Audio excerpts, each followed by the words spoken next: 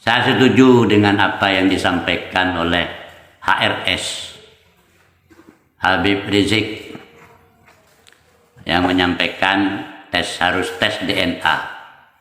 Saya sangat setuju itu.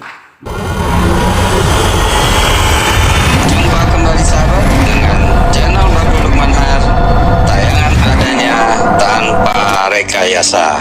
Assalamualaikum warahmatullahi wabarakatuh. Salam jumpa, salam sejahtera untuk Anda semua dan salam persaudaraan dari kami. Sahabat-sahabatku sekalian, beredar di salah satu grup WhatsApp video dari seorang kiai dari Jawa Timur, Jember, yang menyarankan untuk segera menyudahi adanya diskursus nasab ini dengan menggunakan dalil qot'i. Yang beliau maksud dalil qot'i di sini adalah tentang tes DNA, yang mana tes DNA ini sempat dianjurkan oleh Habib Muhammad Rizik Syihab. Maka dalam hal ini beliau setuju. Dan satu dasar yang disampaikan adalah tentang peristiwa yang terjadi pada masa Kanjeng Nabi Muhammad dengan yang umum disebut khilafah, ya, istilahnya khilafah, yang pernah saya bahas menggunakan buku kumpulan hukum-hukum fikih hasil Muktamar NU, hasil Bahsul Masail NU ini. Dan apa yang disampaikan oleh beliau ini mari kita simak, dan setelah itu kami Arah 9 mohon pendapat Anda. Assalamualaikum warahmatullahi wabarakatuh. Kepada saudara-saudaraku semua sebangsa dan setanah air, saya Fatullah Rambi Puji Jember. Saya setuju dengan apa yang disampaikan oleh HRS Habib Rizik yang menyampaikan harus tes DNA. Saya sangat setuju itu. Makanya sekarang ini lagi tafrik, perbedaan antara pribumi dan kaum Ba'alawi. Ini jangan ribut terus. Kita kembali kepada dalil-dalil yang ada. Kalau di dalam agama, dalil itu ada dalil dhonni, ada dalil qat'i.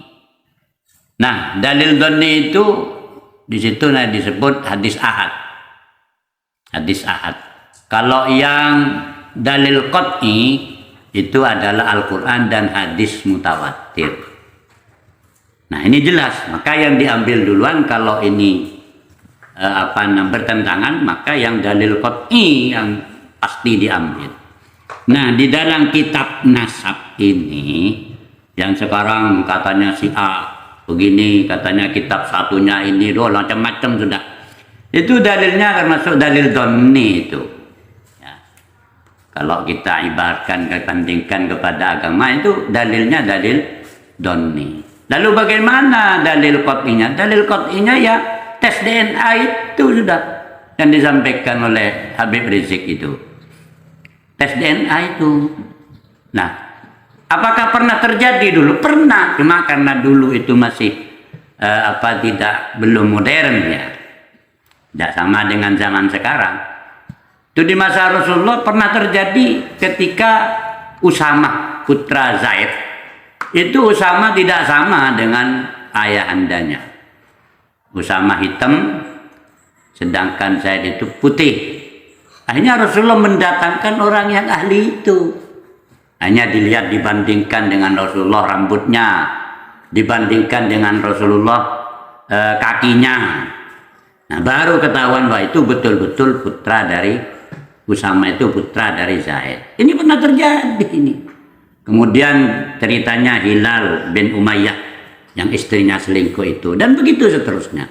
Hanya untuk menentukan nasab itu yang benar, itu harus dalil qat'i saja. Artinya yang pasti saja. Dalil itu kan bukti.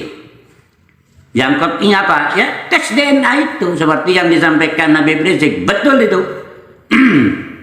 Saya sangat mendukung itu. Artinya harus dites DNA. Ya, terlepas dari mau dan tidak mau, ya terlepas dari itu. Yang mau ya berarti ya betul-betul, kalau enggak ya buktikan aja lewat tes DNA. Itu dalil qat'i itu. Mungkin itu mudah-mudahan bermanfaat supaya tidak selalu terjadi perpecahan. Ini kalau terus-terusan seperti ini bisa perang saudara. Makanya saya mohon kepada pemerintah itu harus pakai yang qat'i saja lah.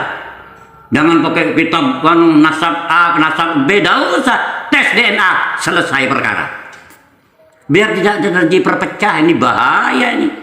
Coba lihat kita di Yaman seperti gimana. Sampai sekarang di Yaman itu perang saudara.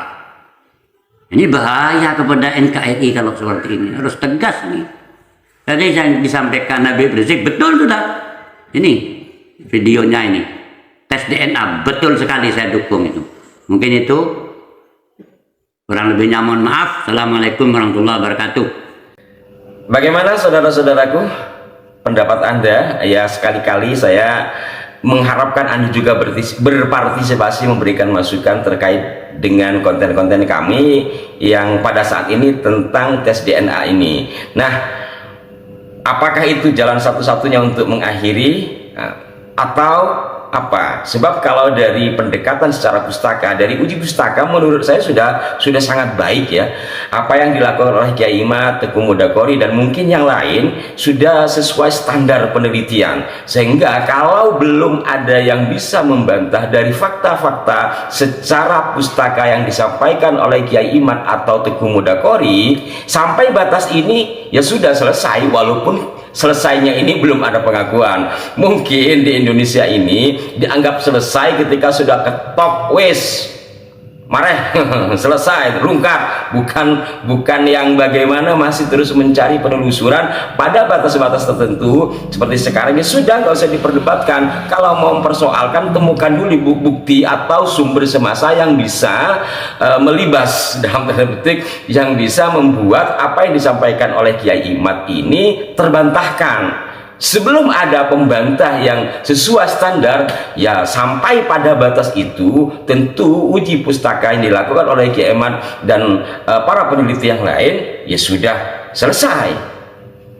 Dan karena ada lembaga yang menaungi, tentu sebaiknya memang dari lembaga. Artinya Rabithah Alawiyah sendiri yang memberikan sanggahan untuk mengalahkan dalam tanda petik apa yang disampaikan oleh Kiai Imad, bukan person-person yang bertebaran sehingga dia atas nama pribadi atau atas nama siapa. Kalau Kiai Imad kan jelas atas nama pribadi, bukan atas nama siapa-siapa yang walaupun nanti banyak yang mendukungnya. Nah, karena Ba'alawi ini ada lembaganya, saya setuju dengan pendapat Kiai Imad jikalau mewakili, sehingga ketika ada perwakilan dari Rabithah maka tidak ada friksi-friksi lagi karena ini suara lembaga. Nah, kembali kepada apa yang disampaikan oleh Kiai dalam video tadi, apa yang diceritakan itu sebenarnya ada di dalam kitab ini yang sudah pernah saya bahas ya. Ini Ahkamul Fuqaha atau hasil-hasil keputusan Muktamar, permusyawaratan dan permusyawaratan lainnya yang dari 1926 sampai 2006.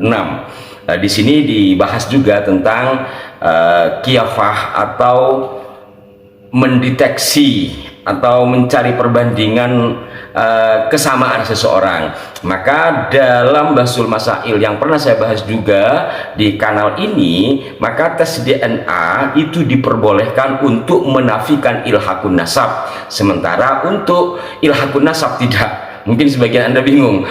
Artinya gini,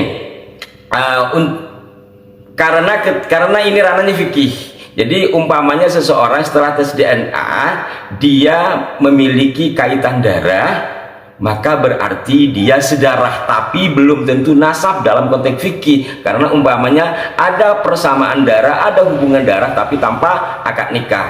Di dalam Islam kan kalau tidak akad nikah, anak zina, mohon maaf, itu kan tidak ada sambungan nasabnya ke bapaknya, walaupun secara bapak biologis, maka disebut tidak untuk ilhaqun nasab. Tapi kalau menafikan bahwa ternyata secara tes DNA dia tidak ada kesamaan darah, gampangannya, maka dia tidak sedarah atau tidak senasab.